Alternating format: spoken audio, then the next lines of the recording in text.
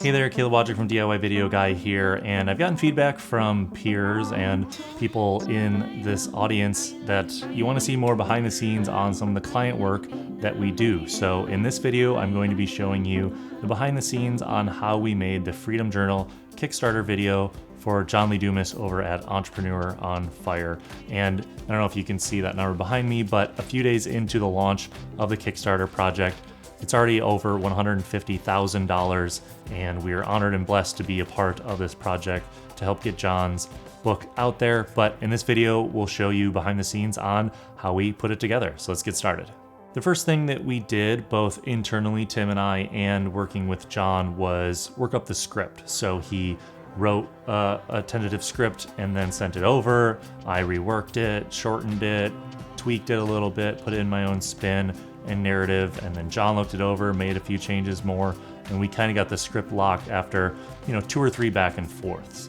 Then the next thing that we did was something we haven't done too much of for videos, but we spent a lot of time on this one because we wanted to storyboard it. And the reason we wanted to storyboard it is because usually shorter videos need even more work and more planning put into them to make them really good. And so what we wanted to do with this video, because it wasn't something like a product that you could show it working like you can with a lot of Kickstarter videos, like the cooler with speakers or any of the other popular Kickstarter projects. This one was a book. It was a journal. So we had to make this inanimate object into something bigger than that. And so through storyboarding and through the script, we were able to think of a lot of different ways that we could visually show the kinds of things you would use this journal for. It's a journal to help you through 100 days complete one goal. And so we wanted to have people thinking about the kinds of goals they could be completing when they watch the video, and storyboarding was a big part of that. What we used was the Paper app by 53 on the iPad and a stylus, and we mapped out the framing of some of the shots. A lot of them were static and overhead, and we spent a lot of time in that stage of making this video. Next up, we went to John's to pitch that storyboarding idea the morning of our shoot. Stand bag, slider, camera, because we need it for shooting scenes in traffic, because we're gonna be in a lot of traffic. Teleprompter, jank audio bag.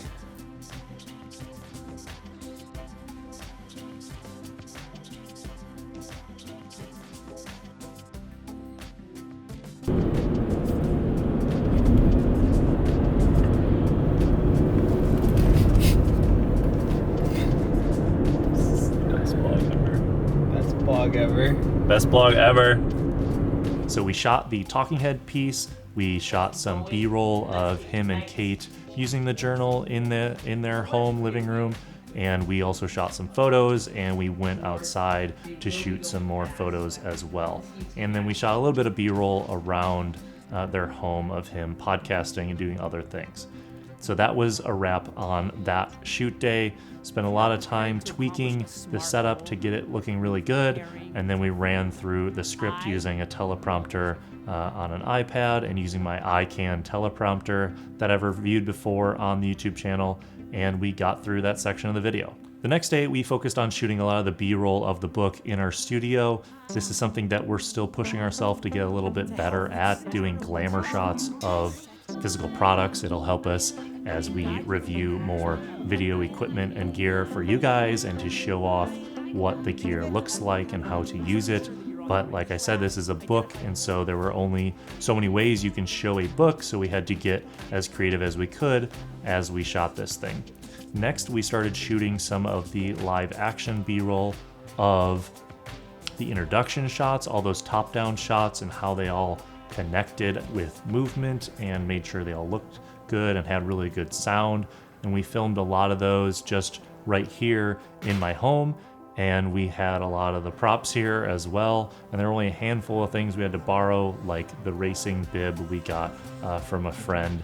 but there are a lot of different ways that you can get creative and make your videos a little bit more visually interesting just by grabbing additional things around your home to use as props in them so it doesn't look so plain and bland. Also, while we were working on all that B-roll, Tim was putting together the A-roll, the talking head piece, getting the script lined up with the best takes that John had while we filmed at his house, and going through each of those and nailing it down to see how long this video is, and slowly injecting the B-roll as we were shooting it, instead of waiting to the end and seeing if we missed something. After we locked down the story part on our end, as well as did some color correcting and grading and picked some music and tweaked the audio, we sent it over to John for revisions through Whipster. He had some changes, and the biggest thing here was we shot a longer script with different sections that we ended up taking out and putting further down the page or having him use for other marketing purposes, so that that main Kickstarter video was a little bit shorter and closer to the 3-minute mark versus a 5 or 6 minute mark. The last thing pre-launch was to have my wife Jen do some of the photo editing on some of the photos that I took while we were at John's and get them out so he could start doing some pre-launch marketing. And lastly, I shot some pictures top down of the book at different stages, and then created animated GIFs from scratch, taking each individual part of filling out a page of the book, making it different Photoshop layers, and then stacking those on top of each other inside of Premiere by bringing them all in as individual layers, and then having transitions that kind of made it look like it was being written out. Then I exported that from Premiere Pro and used an app called GIF Brewery, or GIF Brewery, depending on how you pronounce GIF.